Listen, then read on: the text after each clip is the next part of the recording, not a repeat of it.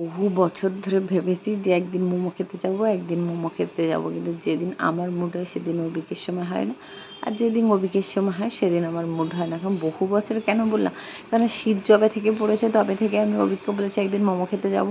তো যাওয়া যেহেতু হয় না, অভিক বলেছে বাড়ি নিয়ে আসবো, তো বাড়ি বসে যদি আমি বাইরের খাবার খাই তাহলে আমার বাইরের ফিলটা কী করে হবে, ঘরে তো আমি নিজেও বানিয়ে খেতে পারি। তো ওই জন্য আমি বাড়ি আনতে না করেছিলাম বাইরে থেকে। তো ফাইনালি আমরা পৌঁছে গেছি।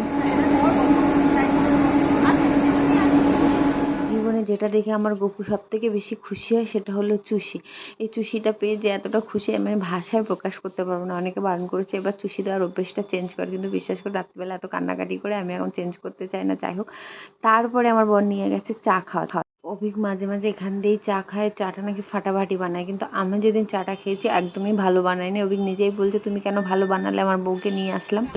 হ্যাঁ হ্যাঁ আচ্ছা আমি দেখি।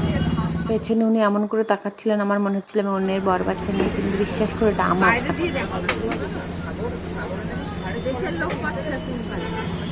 চাওয়ালা নিজে থেকেই বলে দাঁড়ান যে আর একবার বানিয়ে দিচ্ছি। তো আমি ভাবলাম না আর চা খাবো না, কারণ আজকে 4-5 বার চা খাওয়া হয়ে গেছে।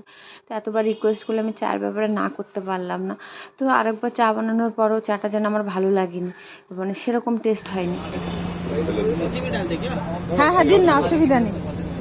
সেকেন্ড বার চা খাওয়ার পর আমার একটা কথায় মাথায় আসলো যে আমার গপু যেরকম ওয়াটার বটল গলায় নিয়ে ঝুলে, আমারও চায়ের ফ্লাক্স গলায় নিয়ে ঝোলা উচিত। তারপর চা খেয়ে তো যেখানে যাই মাঝে মাঝে 3-4 মাস হয়ে গেছে যাইনি, তাই একটু ঢুমেরে আসলাম। বিশ্বাস করো কিচ্ছু কিনিনি কিন্তু।